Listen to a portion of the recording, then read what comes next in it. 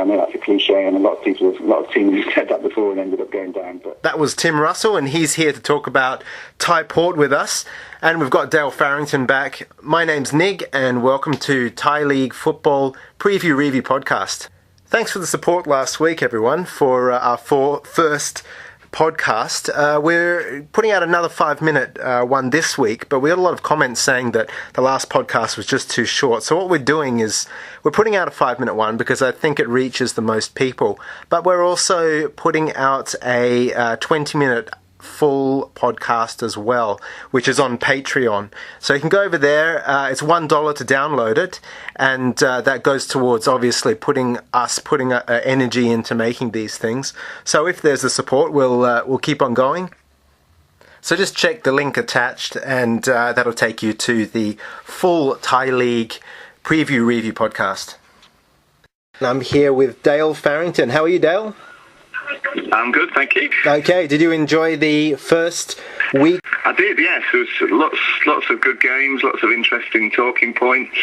First of all, right at the top, we've got Bangkok Glass and Muang Thong. Big one-way result.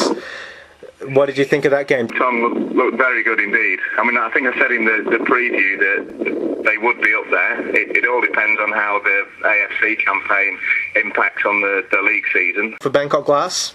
I don't know really what they're going to do from here. I mean, it's clear that they're a club with ambition, but they've never really lived up to the hype. Sukhothai and Nakhon Ratchasima, this is one that you picked.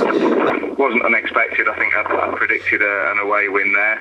And a hangover for Sukhothai, possibly from Shanghai.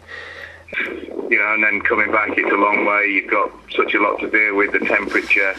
Obviously, you're playing against strong opposition, so yeah. Derby game next, Sisaget and Ubon. This is quite an interesting result. This is Ubon UMT, who finished second in Division 1. They took the points and won 2-0. So, what thoughts on that? I think they're going to have quite a good season. I mean, they're obviously very ambitious, organised club. The new ground looks very smart and tidy. You know, a good result like that on the first day will give them the confidence to push on from here. I think the top three sides, I don't think there's much between the rest of the teams in the Premier League. At the start of the campaign, it'll give them a good platform to push on. Thai Port and Ratchaburi. It was a good, entertaining game for the neutral to watch.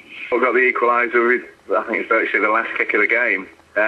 Police Tero, a team that you last week didn't really sound too optimistic about, but they did win. Have you changed your mind? Well, not really. After the game, and it wasn't a great game to watch. Patti are perennial strugglers. I don't think they'll do very well this season. Tyrrell could go either way. Depends what kind of backing they get. Me to change my mind, really. I think it's going to be a long season for them and Pattaya.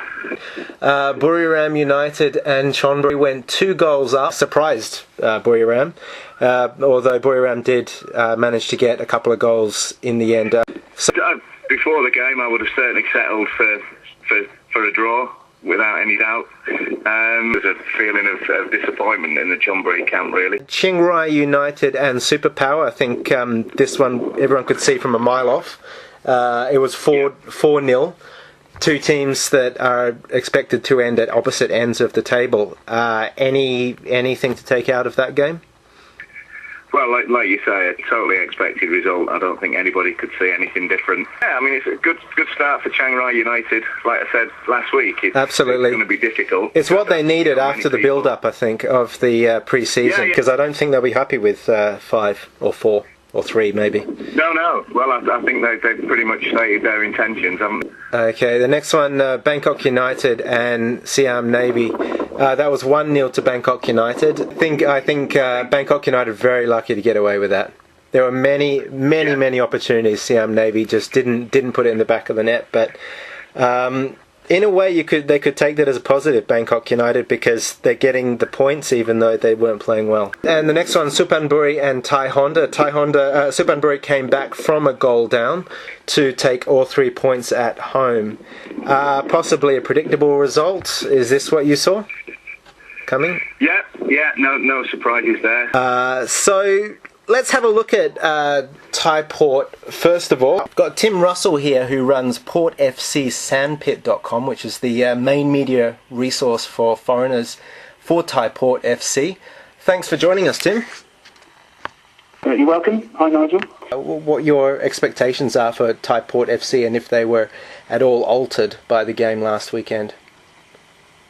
Sure. Well, I think we were very optimistic given the new signings that were made and given that I think our players weren't quite used to the pace of top-flight football after a season in Division 2 where things are a lot slower.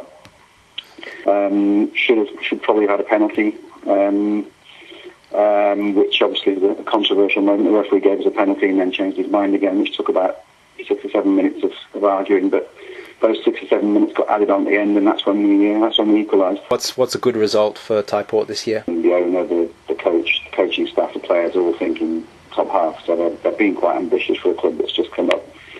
I think the match on Saturday showed us that might be a bit of a stretch. I think we'll have to improve on the way we played on Saturday. Are you at all worried that you may take the drop this year? No, I don't think so. I think we're too good to go down. I know that's a cliche, and a lot of teams have said that before and ended up going down. But I think if you look at the quality in our squad, both Thai players and foreign players, and if you look at some... And good luck with the website and everything with Thai Port FC. All right, great. Thanks a lot, Mark. All right, well, let's go straight on to round 2 then. Muang Thong versus Sukhothai. How do you see that going? Opposite results, first round? Yeah, I think you can't see anything other than a Muang Thong win there. And I expect a similar response to Chiang Rai United versus Sisaget. Yeah. Superpower and Bangkok Glass. It's kind of interesting, but I think what are your thoughts there with that one?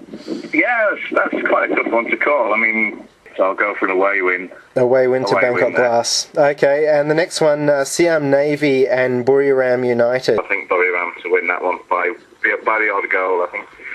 All right, the next one, Thai Honda and Bangkok United. Yeah, I think Bangkok United. Yeah, I think the pressure's on Thai Honda to get something out of that game, though, or they might be struggling for confidence for that. Okay, the next one, Pattaya United and Chonburi. The big local derby. It'll be a Chonburi win there. Next one, Nakhon Ratchasima and Police Tero. Home win. Thai Port and Supanburi. Tough one to call. I think I'll have to go for a draw with that one. A draw. Ubon UMT and Ratchaburi. I think I'll go for a home win there. All right, well, thank you very much, Dale. Speak to you next weekend. Yeah, thanks very much. Thanks to Tim Russell, thanks to Dale, and thanks for everybody for listening. And if you'd like to join in more and help support us, then you can go over to Patreon and get the full episode, which is about 20 minutes as well. So see you next week and enjoy the weekend.